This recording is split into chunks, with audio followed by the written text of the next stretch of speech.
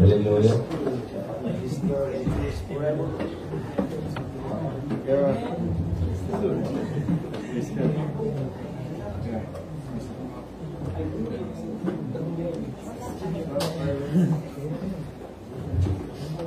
Amen.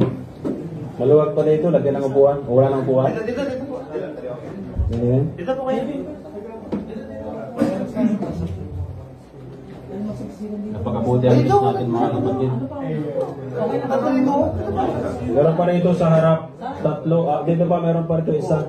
Apatan pa dito.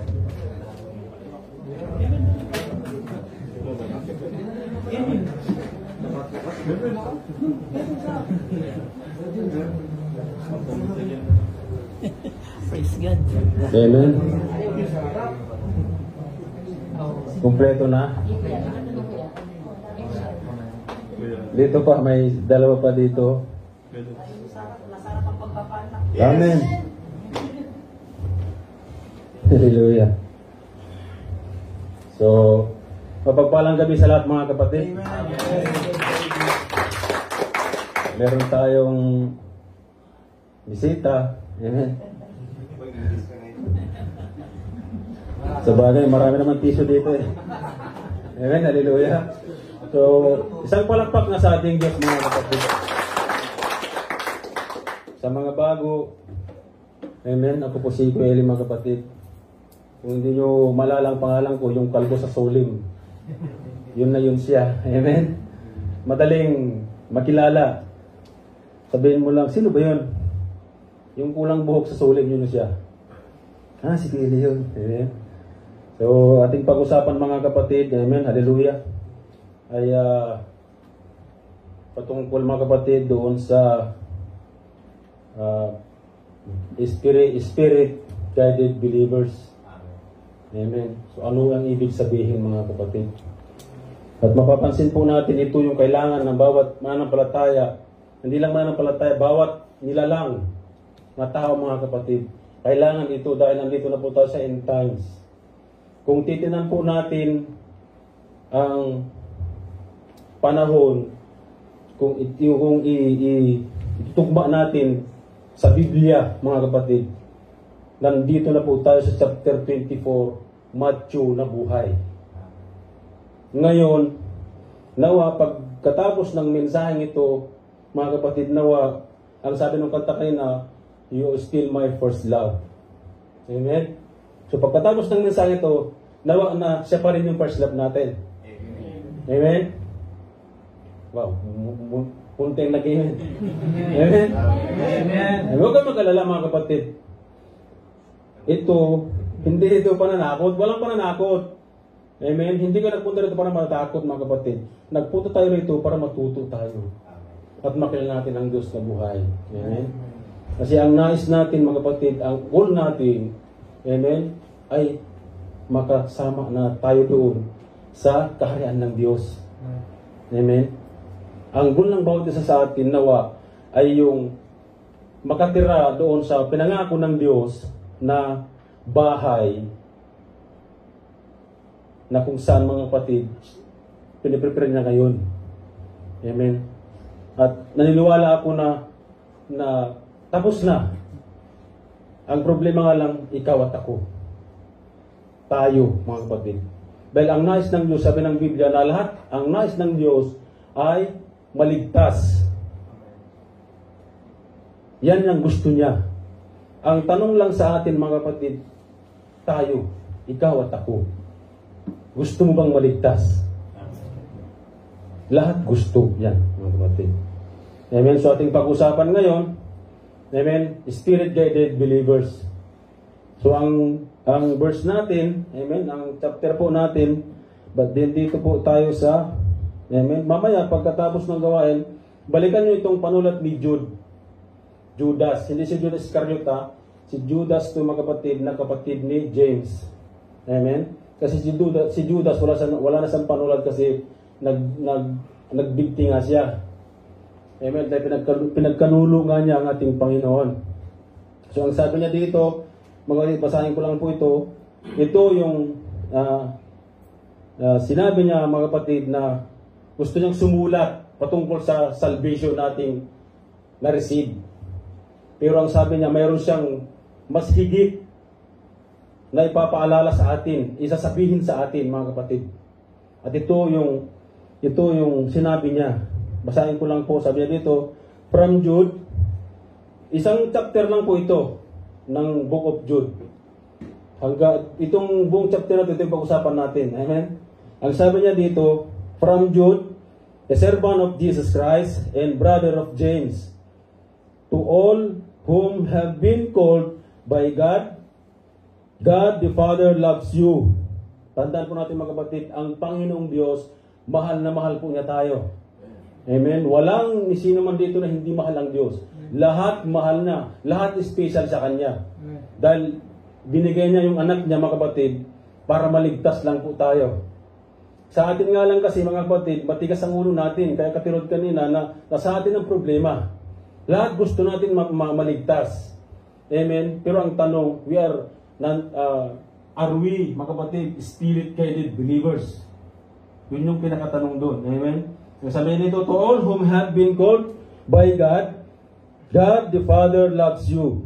And you have been kept safe in Jesus Christ. Safe po tayo mga kapatid sa ating Panginoon. Iniingatan po tayo ng Panginoon. Tandaan po natin yan. At sabi niya dito, all mercy, peace, and love be yours. God will punish sinners. Amen. Maliwanag mga kapatid. It's a biblical na parurusahan ng Diyos ang mga makasalanan. Pero alang gusto ng Diyos, maligtas po ang lahat. Sabi niya dito sa 3, tuloy ko mga kapatid, dear friend, I wanted very much to write to you about the salvation we all shared together. Gusto niya sumulat ng about salvation, yung kaligtasan, si James. Pero ang sabi niya dito, mga kapatid, but I felt the need to write to you about something else. I want to encourage you to fight hard for the faith that God has given, that God gave His holy people. Sino yung mga holy people na pinagkatawan ng faith? You and me. At sabi niya dito, fight hard. Amen? Sabi niya, and it is good for all time. Some people have secretly entered, tandaan mo natin ito mga kapatid, some people have secretly entered your group. They have already been judged guilty for the things they are doing. Luego, the prophets wrote about these people. Sino yung mga people na to? Sabi niya, they are against God. They have used the grace of our God in the wrong way to do sinful thing. Sinangkala nila ang grace. Amen? Sa kanilang maling gawa, ang sabi nila may grasya naman eh. Amen? Nandiyan ang grasya, available ang grasya, mga kapatid. Pero, ang grasya ba, mga kapatid, may liligtas ka dyan, may liligtas ka, amen, maligtas ka, ang grasya. Nandiyan ang kaligtasan, amen. Pero, tanong sa atin, mga kapatid, naintindihan ba natin kung ano ang grasya? Amen. Sa tingin nyo, kahit gumagawa tayo ng masama, kasalanan, hindi natin kilala ang Diyos, amen, dyan ang grasya. Parang ang grasya ba ay palabunutan lang, na nabunod ka, nandiyan ang grasya at nasayo na ang grasya? Hindi yun ganoon mga kapatid. Amen? Kaya sabi niya dito, they are against God. They are used the grace of our God in the wrong way to do sinful things.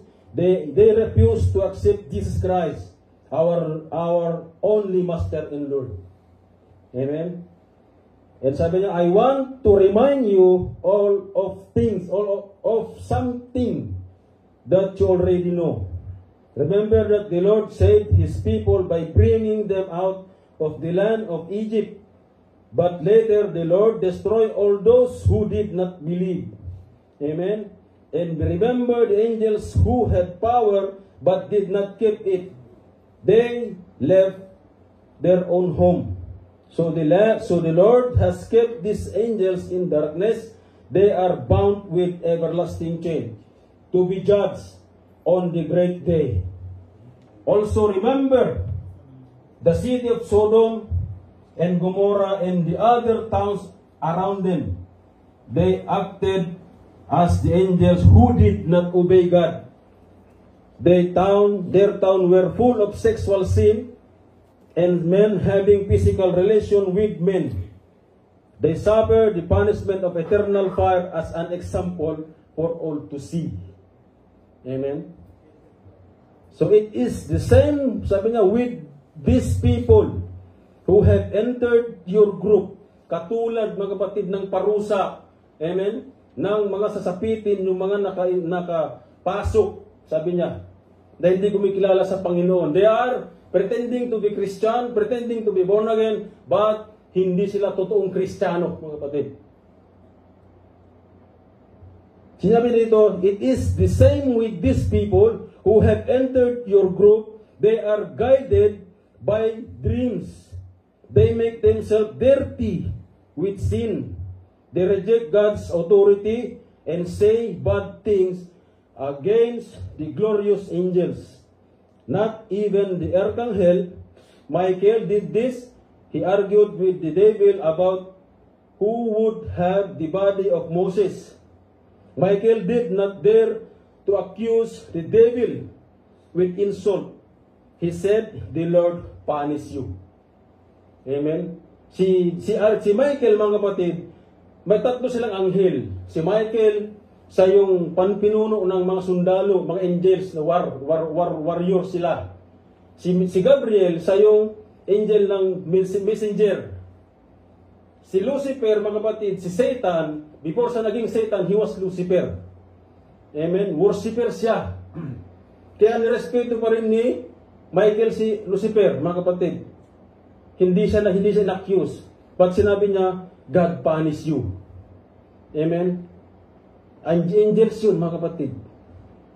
Tayo minsan. Amen. Sabi niya, the Lord punish you. But these people say bad things about what they do not understand. Tandaan po, but those people say bad things about what they do not understand. They do understand some things, but they understand them not by thinking, but by feeling, the way dumb animals understand things. And these are the very things, sabi niya, that destroy them. It will be bad for them. They had followed, sabi niya, the way that Cain went. Ano yung ginawa ni Cain sa kanyang kapatid? Pinatay niya. Dahil sa selos. Doon sa giving, sa pagbibigay, sa bigayan, mga kapatid. To make money, sabi niya, they have given themselves doing the wrong that Balaam did. Si Balaam, binenta niya yung ano niya, mga kapatid, yung si Balaam is a prophet. Pero nagpababayad siya.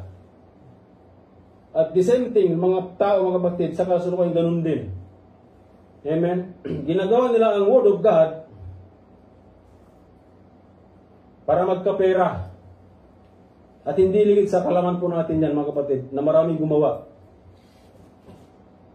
At sabi niya dito, they have fought against God as Korah did. And like Korah, they will destroy. Kilala niyo si Korah, mga kapatid. Si Korah doon sa Numbers chapter 16. 16 ba yun? Amen. Sa chapter 16, si Korah, mga kapatid, nag-rebuild siya kay Moses. Ang sabi niya kay Moses, ang tingin niya kay Moses, na si Moses ay mas higit sa kanila. Bakit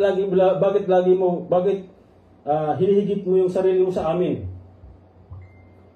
Pero alam nila na si Moses, mga kapatid, tinawag siya ng Diyos. Amen? Sa bandang huli, balikan niyo po yung Numbers 16, basahin niyo lahat yun. Doon sa baba, nilamon sila ng lupa. Amen? Sabi niya dito, they are like dirty spot. Yung mga tao na to, sabi niya, they are like dirty spot in the special meal you shared together. Amen? They eat with you and have no fear. They take care of only themselves. They are clouds without rain, and wind blows them around. They are trees like that have no fruit when it times and are pulled out of the ground. So they are dead 2 times. Amen? Yung mga tao natin mga kapatid, katulad, yung mga puno, na kung season niya na mamunga, hindi siya namumunga. Amen? At katulad ng mga alon dito, na sa dagat na walang patutunguhan. Amen? And sabi niya, they are like wild, sabi niya, waves in the sea. These people do shameful thing in the same way, wave, make foam. They are like stars that wander in the sky, a place the blackest darkness has been kept for them forever. Enoch, sabi niya, the seventh descendant from Adam, said this about these people. Si Enoch, mga kapatid, wala tayong matagpuan sa Bibliang Enoch na Book of Enoch.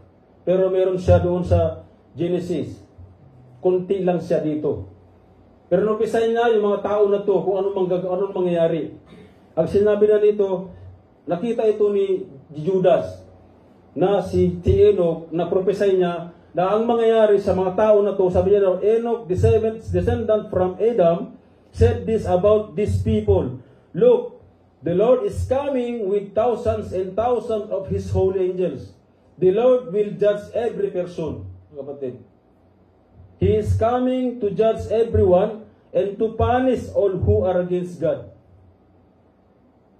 He will punish them for all the evil they have done against Him, and He will punish the sinners who are against God. He will punish them for all the evil things they have said against Him. And these people always complain and blame others. They always do the evil things they want to do.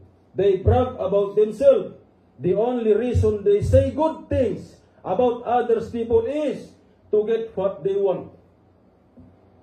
Amen? Warning and things to do. Dear friends, remember what the apostle of our Lord Jesus Christ said before.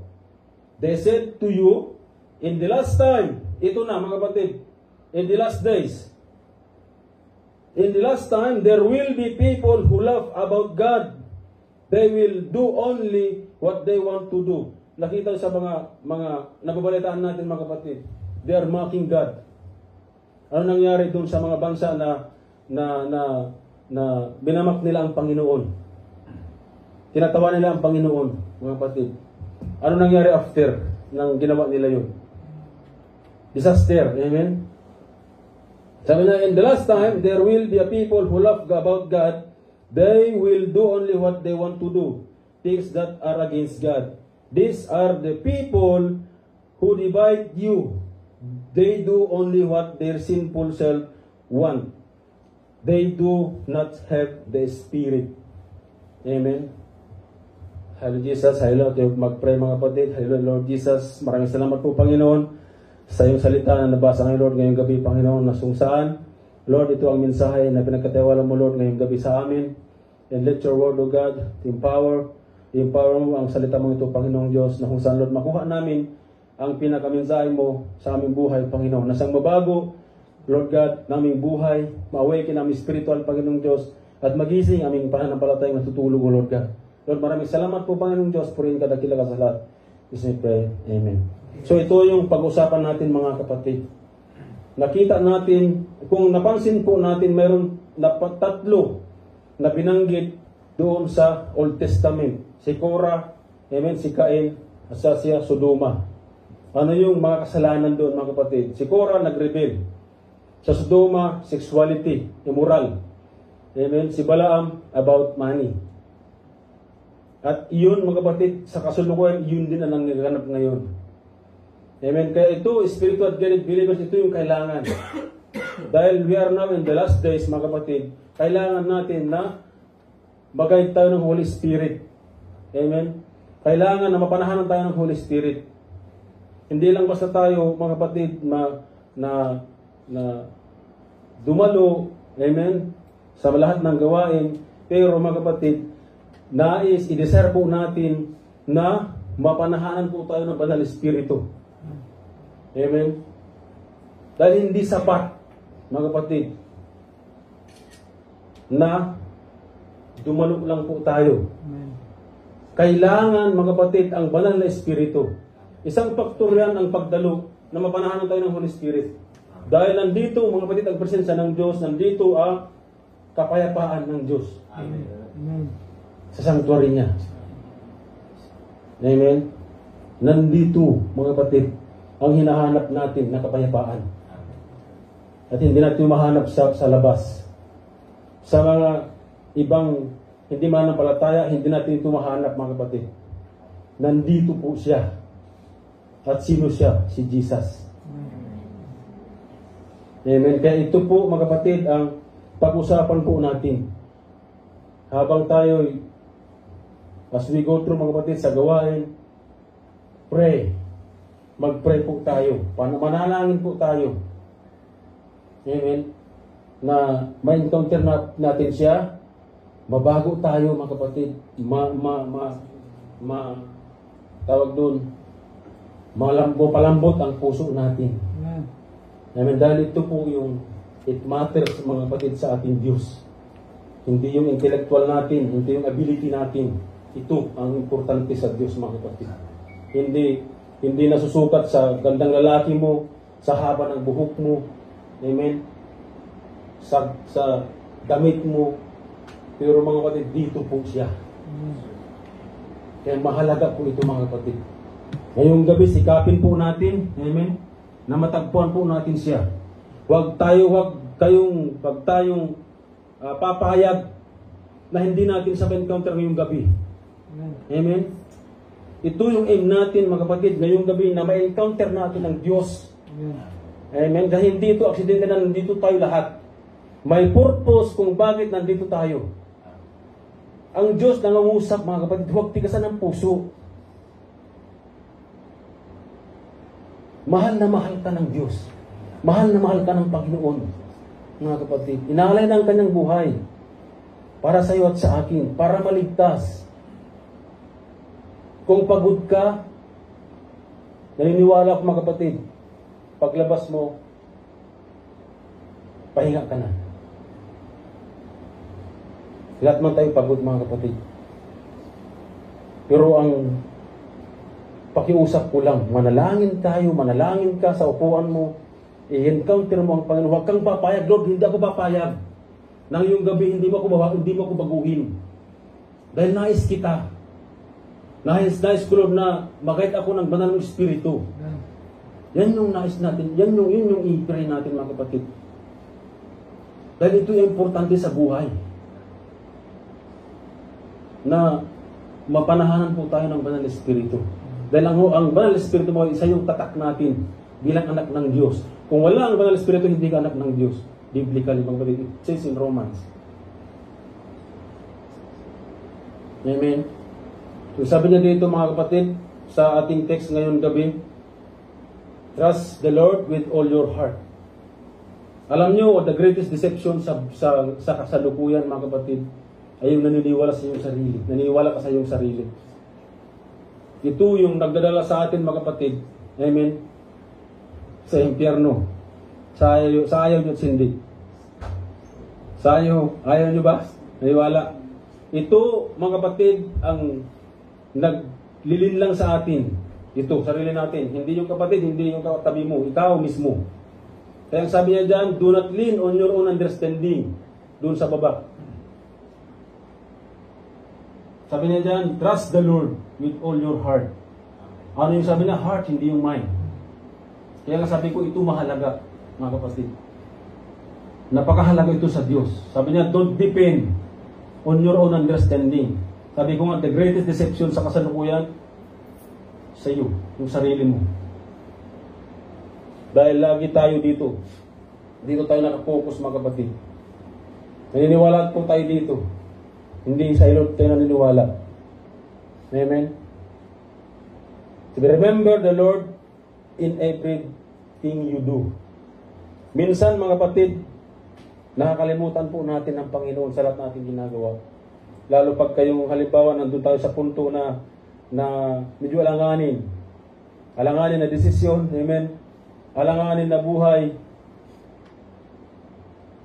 Sitwasyon mo, problema, pamilya mo, trabaho mo, Sabi ng Lord, remember the Lord in everything you do.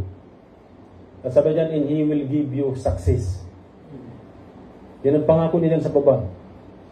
Pag inaalala mo lagi ang Diyos, mga kapatid, sa lahat ng ginagawa, sabi niyan, He will give you success. At napakahalaga na huwag tayo, mga kapatid, mag-depend sa ating sarili. Amen. Dahil dyan po tayo, malilinlang. Lilinlangin ka niyan. Sabi niya, trust the Lord with all your heart. With all your heart. Lahat ng gagawin mo, mga kapatid, lahat ng desisyon mo, lahat ng sa pamilya mo, sa trabaho mo, lahat ng sa iyong buhay, trust the Lord. Amen. With all your heart. Wala nang iba. And don't depend on your understanding. Dahil kung nangyari yan sa buhay mo, you are depending on your understanding, hindi ka, kahit anong gawin mo, dalo sa gawain, mga kapatid, hindi ka mapahanan ng Holy Spirit. Malayo ang Banal Espiritu sa iyo. Dahil hindi mo siya na-acknowledge, hindi mo siya tinatanggap, hindi mo siya pinapasok sa buhay mo. Dahil nga mataas ang iyong ego. Pero kung in-acknowledge mo siya, inalala mo siya lagi, everything you do, lahat ng iyong gagawin, and He will give you success. Tandaan natin mga kapatid. At paano tayo magkaroon, mga kapatid, ng sa binasa natin kanina, paano natin, how do we deal doon sa mga tao, doon sa katulad, mga kapatid, binasa natin kanina, ng mga ugali ng mga tao, amen? Yung mga nakikita natin, yung mga nakasalamuha natin, paano natin tumatayuan? Paano tayo manatiling matibay sa gitna ng sitwasyon mo, sa gitna ng problema mo, sa gitna, mga kapatid, ng mga nangyayari, nakikita, naririnig, paano natin ito tatayuan? Nananatili tayo matibay sa pananampalataya. Huwag mong sabi-isipin napakarunong mo na. Matakot ka sa Panginoon at huwag mawa ng masama. Number 7, yan, sabi niya, huwag mong isipin napakarunong mo na. Dahil kung karunungan ang pag-usapan mo, wala tayong karunungan. Ang Diyos ang pinakamarunong sa lahat. Amen? Amen. Kung sa karunungan lang natin, walang-wala yan, mga kapatid. Sa Panginoon. Yang sabi niya doon, na trust the Lord with all your heart. At huwag tayong magdepende sa karunungan natin. Dahil ang sabi niya, huwag mong isipin napakarunong mo na. At ang sabi niya, matakot ka sa Panginoon. Ang gawin mo, matakot ka sa Panginoon. Amen. Hindi yung takot na taguan mo siya. Hindi, mga kapatid. Ang sabi niya, matakot ka, nagmawa ng kasalanan.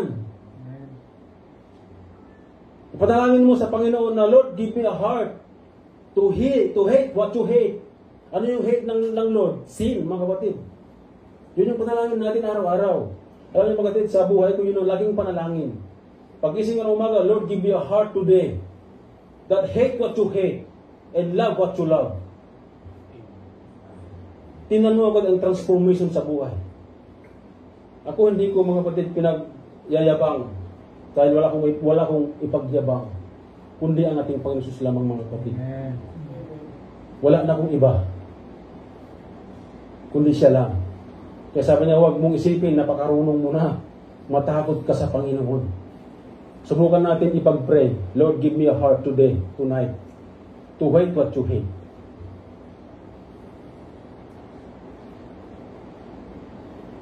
And sabi niya doon, mga kapatid, para matayuan po natin, kailangan magkaroon po tayo ng stability in Christ. Stability yung katibayan, mga kapatid. Dahil maraming mananampalataya, mga kapatid, na wala ito. Katibayan sa ating Panginoon. Katibayan sa pananampalataya. Na kunting sitwasyon lang, kunting problema, mga kapatid. Kung sa problema lang, hallelujah, mapapahayo lang ka kung anong problema, mga kapatid, sitwasyon namin mag-asawa. Pero bakit, mga kapatid, nanatiling nakatayo ang iyong Kuya Eli sa harapan ninyo? Yan ang nais ng Lord eh. Ang problema nandyan, marami ang problema, sitwasyon, mga kapatid. Baka hindi nyo alam, mga kapatid, hallelujah. Ang demand letter na nung nakaabang sa Pilipinas, demand letter nyo na. Pero bakit ang nakatayo ang yung Kuya Eli? Dahil si Jesus, mga kapatid. Dahil si Kristo. Dahil makapangyarihan po siya. Hindi hadlang yung mga demand letter, mga kapatid. Hindi hadlang kung ano, magkano ang utang. Milyones, hundreds, thousand, hindi yun. It doesn't matter, mga kapatid. Hindi yan makakapagpigil sa'yo at sa akin, halimbawa, na tumayo sa Panginoon Jesus, mga kapatid. Amen.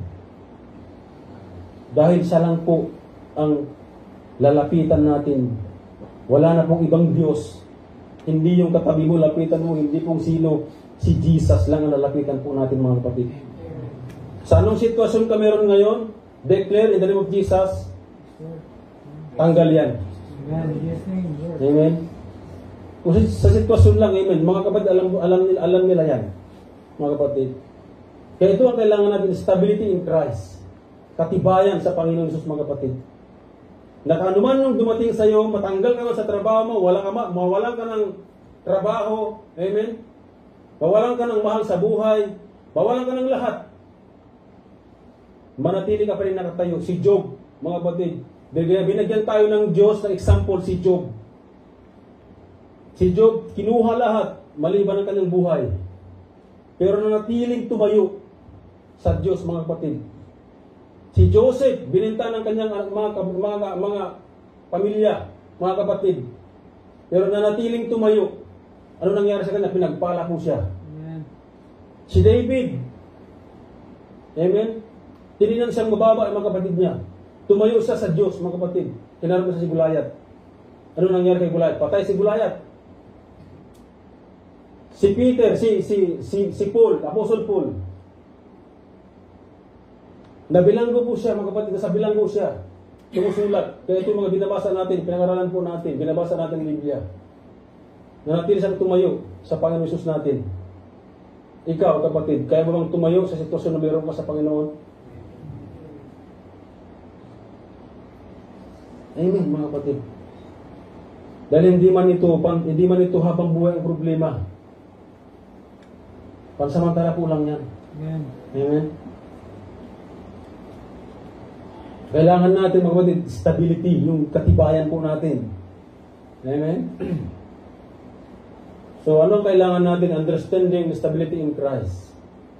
Ano po ang ibig sabihin, mga kapatid, is understanding stability in Christ. Amen? Hallelujah? Christ is our source of stability.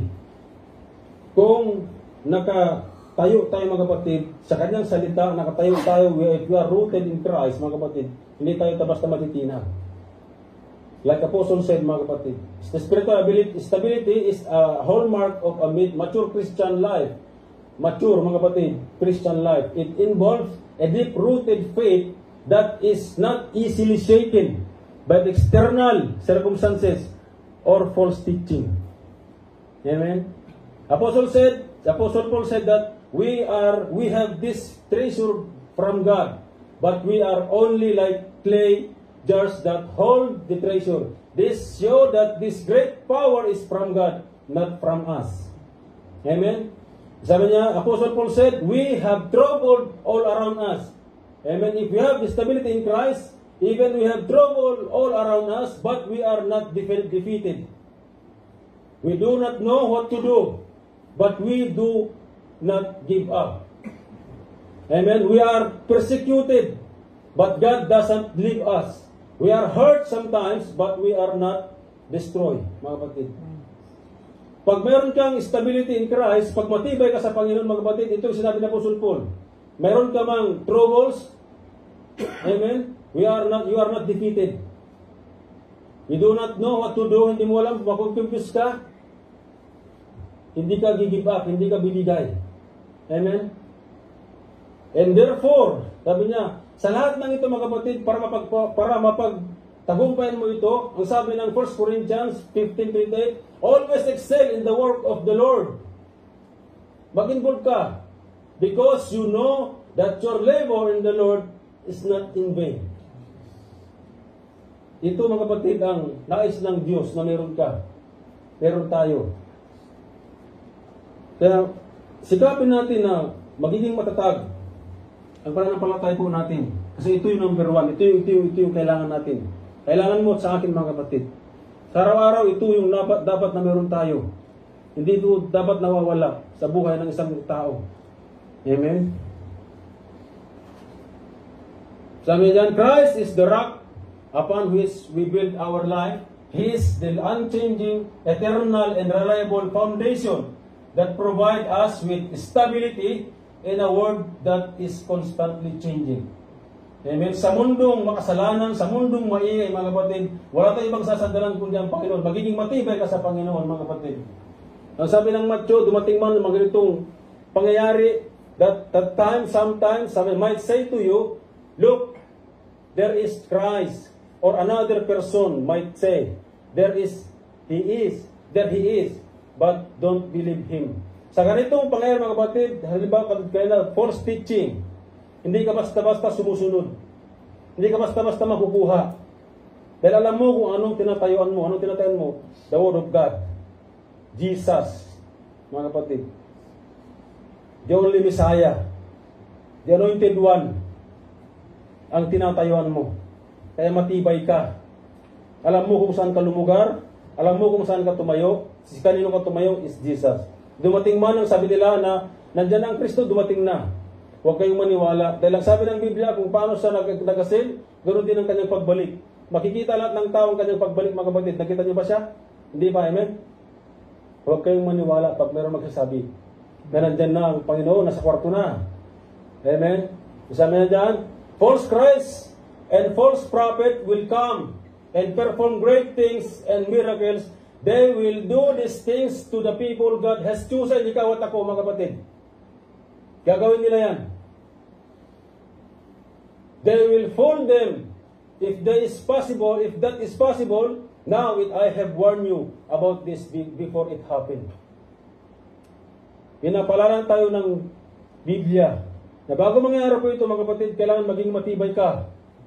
Na naman yung dumating na aral, marinig mo na aral, amen, makita mo, marinig mo, hindi ka basta-basta matinag, hindi ka basta-basta mabuwal. Dahil nakatayo ka dito. Nakatayo ka sa Panginoon. At yan ang dali natin sa araw-araw ng buhay natin, mga kapatid. Kung meron tayo dyan, ma-develop po natin yan, hallelujah. Pagdating ng Panginoon, kasama po tayo lahat. Amen. Walang maiwan, mga kapatid. Believers to grow spiritual maturity and stability. Kailangan ito ng mananampalataya, mga kapatid. Pagdating ng mga ganitong sitwasyon, mga false teaching, amen, mga pagsubok sa buhay, sa kasalukuyan na buhay, believers to grow in spiritual maturity and stability. Ang sabi ng Ephesians 4, at kapag naabot na natin ito, yung stability in Christ, yung katibayan mo sa Panginoon, sabi niya, at kapag naabot mo na ito, hindi na tayo tulad ng mga bata na pabago-bago ng isip at nagdadala ng iba't ibang aral ng mga taong nanilinlang na ang hangad ay dalhin ang mga tao sa kamalian. Amen? Ephesians 4, mga kapatid. Sa halip, sabi niya, ipapahayag natin ang katotohanan. Sino ang katotohanan? Is Jesus, mga kapatid. Is the truth. Sabi ng Panginoon, I am the way, the truth, and the life. I am the truth. At sa halip, sabi, ipapahayag natin ang katotohanan ng may pag-ibig upang sa lahat ng bagay ay higit tayong maging katulad ni Kristo na siyang ulo ng iglesia. Amen, mga kapatid. Kaparati ba tayo ng katawan ni Kristo? Amen. Sigurado? Amen. Alam niyo, mga kapatid, maraming claimant na born again, maraming claimant na Christian, maraming claimant na they are connected, mga kapatid, in the body of Christ, but they are not connected in the head of Christ. Amen? Claimant sila na body sila. Sila yung kamay, sila yung paa. Amen? Lumalakad sa pananampalataya, but they are living in unrepented life, mga kapatid. Nag-repent kami, Kristiyano kami, pero yung katawan nila hindi nakonekta sa ulo. Kaya yung bubuhay, patuloy pa rin. Sabi nag-repent kami. Ang ibig sabihin ng repentant, mga kapatid, nag-repent ka, pinutol mo yung buhay mo ng luma, lumiko ka sa Panginoon. Niyakap mo siya. Yun yung totoong kabahagi ng katawan ni Kristo. Hindi yung sabi mo na katawan ako ni Kristo, kabahagi ako. Pero hindi ka konektado sa ulo niya. It's false, mga kapatid. Wala kang tibay. Pag gano'n ang buhay.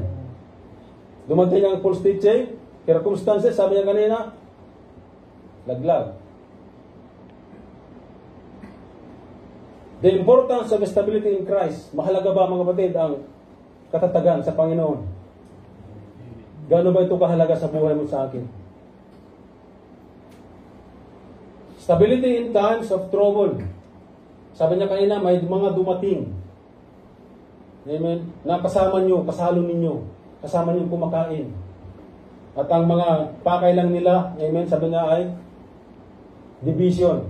Ngayon, how do you deal? Paano natin i-deal ito, mga kapatid? Stability in times of trouble. Trouble yan. Pag nasa loob panambahan yan, naganap sa panambahan, naganap sa trabaho man, trouble yan, mga kapatid. Amen? So when we are grounded in Christ, we can stand firm in the face of trials, tribulation, and adversities.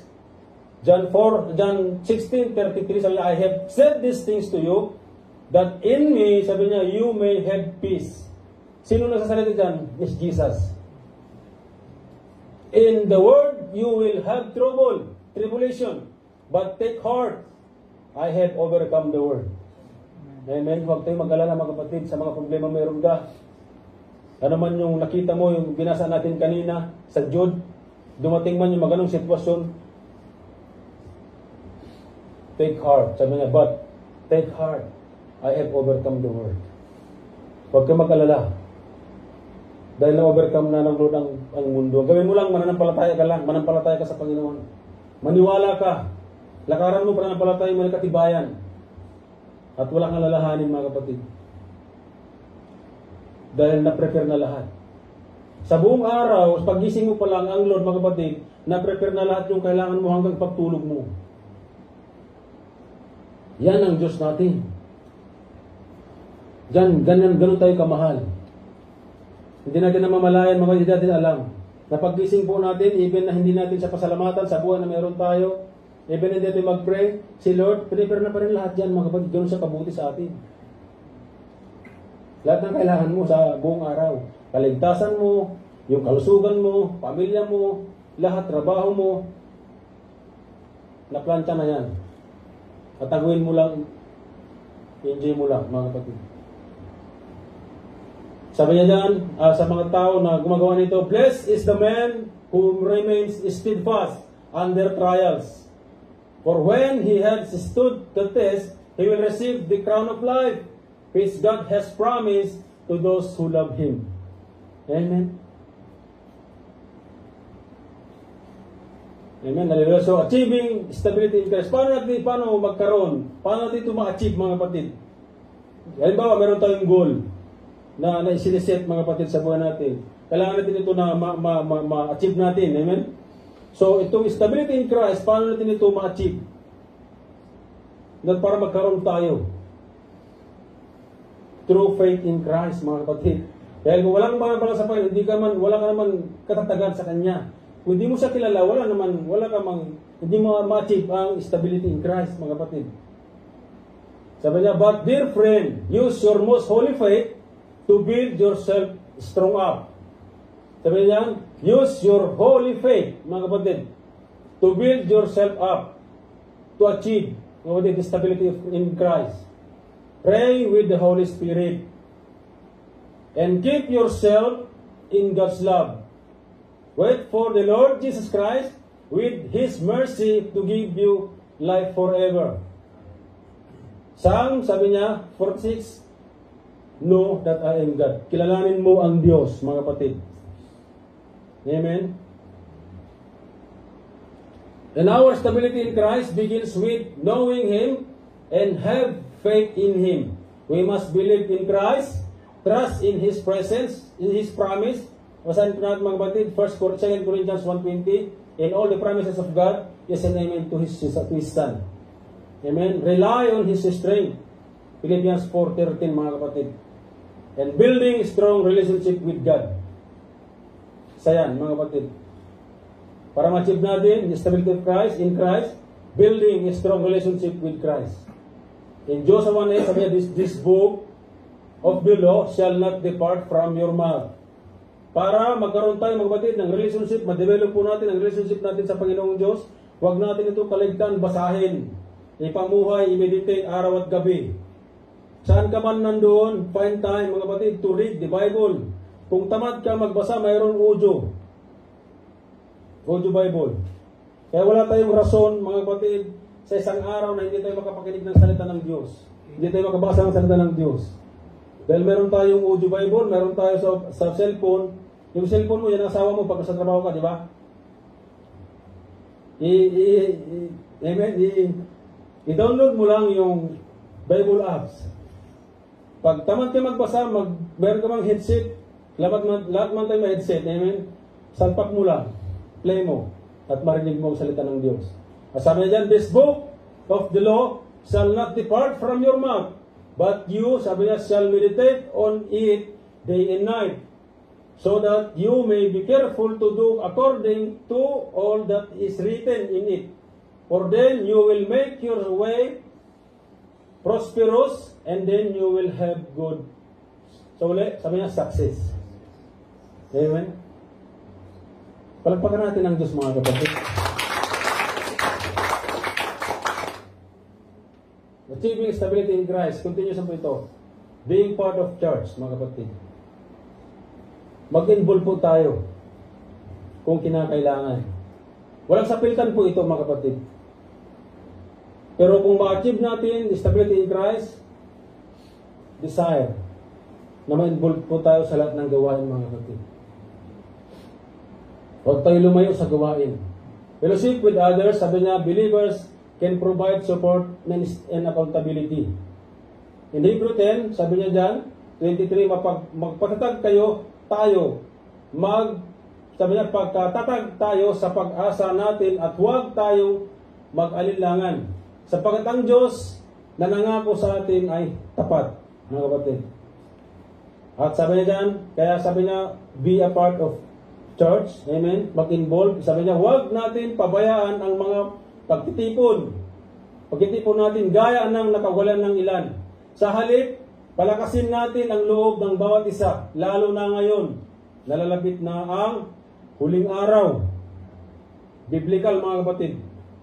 Lalo ngayon, sabi niya, malapit na, nalalapit na ang huling araw. At nandyan na po siya, mga kapatid. Anong sinabi ng Matthew chapter 24? Pag makarinig kayo, sabi niya, ng mga gira, war, kingdom against kingdom. Amen? Yan na po sila, nandyan na mga kapatid, sa paligid po natin. Nandyan na. At malapit na po yan. At ang sabi ng Panginoon, anong sabi niya doon sa sa 34? Magmatsyag kayo para hindi kayo malinlang. Amen? Through the Word of God. Para ma-achieve natin mga stability in Christ through His Word. Kaya po kanina na huwag natin ito kaligtaan pasahin. Kaya lang sabi ang salita ng Lord mga kapatid, the Word of God is the truth that stabilizes us and guide us, correct us, and equip us for every good work. Ang tanong mga kapatid, we are willing to correct sa salita ng Panginoon. Ang makorek mga kapatid, sa mga ginagawa natin mali, masakit yan. Minsan, pagka halimbawa nakarinig po tayo ng correction, hallelujah, ang sabi nila, ang sasabihin sa iyo, condemnation yan. Preaching na yan, nakukondemn yan. Judgmental ang preacher na yan.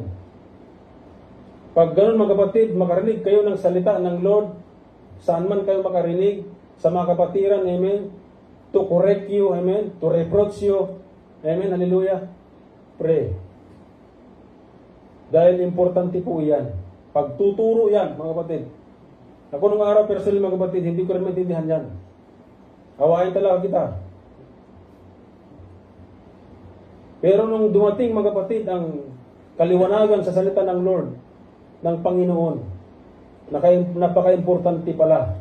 At kung hindi ko mga batid dininig at pinamuhay yung mga sinasabi nila, wala ako sa harapan ninyo ngayon. Sigurado ko po yan. Pero nung dumating ang salita, ang mensahe mga kapatid, sabi nga ng Biblia, huwag mong tigasan ang puso mo. Tanggapin mo ang korreksyon.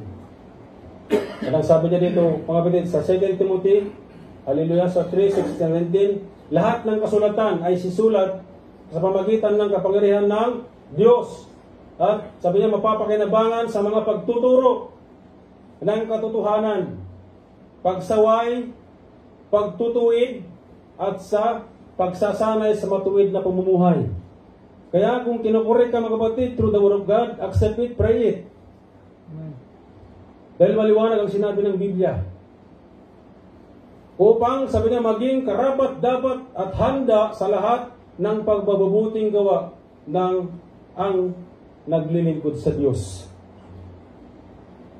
Amen? Living with the stability in Christ. Ngayon ito na. Dito natin matesting kung tayo ba'y talaga ay matibay. Amen? Huwag naman ngayon. Wala mang testing yan. Amen? Sabi niyan, demonstrating stability in our action. Paano natin ito pinapakita, mga kapatid? Na tayo mayroong katibayan. Sa anuman meron tayong problema, anuman meron tayong sitwasyon. Amen? Paano natin may pakita through our action? Sabi niya, they are like, dahil lang sabi niya dito, dumating, so sa binasa natin kanina, ito yung binasa natin sa Jude 1:12, 16, and 19. Amen? Basahin po natin yan. Pero pag dumating ang sitwasyon na ito, ang sabi ng Colossians, mga kapatid, anuman at anuman ang inyong gawain, sa salita man o sa gawa, gawin ninyo sa pangalan ng Panginoong Hesus, nang may pasasalamat sa Diyos Ama sa pamamagitan niya. Sinong niya? Ang Panginoong Hesus, mga kapatid. Wala sa ibang tinutumbok, wala sa ibang tinutukoy, kundi ang Panginoong Hesus. At sabi, higit sa lahat, pairalin ninyo ang pag-ibig na nagdudulot ng tunay na pagkakaisa. At paghariin ninyo sa mga puso ninyo, sabi niya, ang kapayapaan ni Kristo, sapagkat bilang mga bahagi ng isang katawan, ito na kapatid, nasabi ko kaya kung ano yung sa katawan ni Kristo.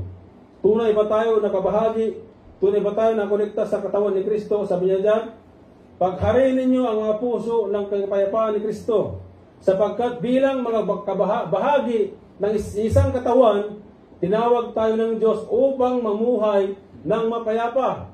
Dapat din kayong maging mapagpasalamat. Amen? Promoting stability in church, in the church. Pag dumating ito, mga kapatid, Jude 1:12, 16, and 19. Kailang sabi ng 19, yung mga tao na ito nagdudulot ng division sa church. Ngayon, paano natin ito matayuan? Paano natin ito mapanindigan? Promoting stability in Christ, in church, in the church here, dito mga kapatid, sa panambahan, sa bawat isa. Ephesians 4:12-13 ang sabi niya dyan, ginawa niya ito upang ihanda sa paglingkod ang mga hinirang at sa gayoy, lumago at maging matatag tayo bilang katawan ni Kristo. At sa 13 sabi niya, sa ganitong paraan, maabot natin lahat ng pagkakaisa sa pananampalataya at pagkakilala sa anak ng Diyos at ganap na lalago sa spiritual nating pamumuhay hanggang maging katulad ni Kristo, tayo ni Kristo. Amen. Dumating itong Jude 1:12, 16, 19. Ito yung gagawin natin mga kapatid. Ephesians 4:13. Conclusion. Palapakan natin ang Diyos mga kapatid. Masyado tayong seryoso. Di man ako nakagaling. Amen. Conclusion na po tayo. Sabi niya, in the broader sense, believers are called to be agent of stability in the church. Agent, ito mga kapatid.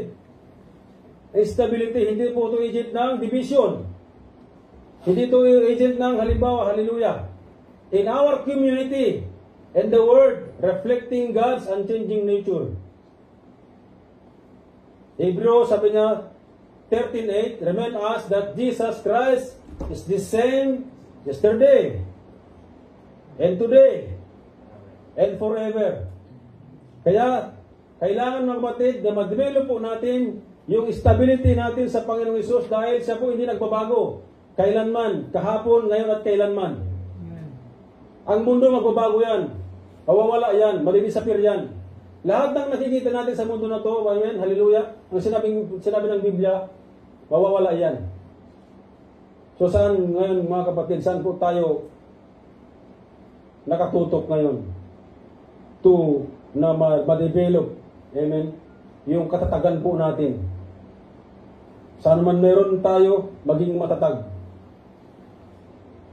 As a followers of Christ, believers are encouraged to emulate His constancy and reliability in all aspects of life. Amen, mga kapatid. Amen, hallelujah. Tayo po tumayo, mga kapatid. Amen. I call Kuya Nas to do the altar call.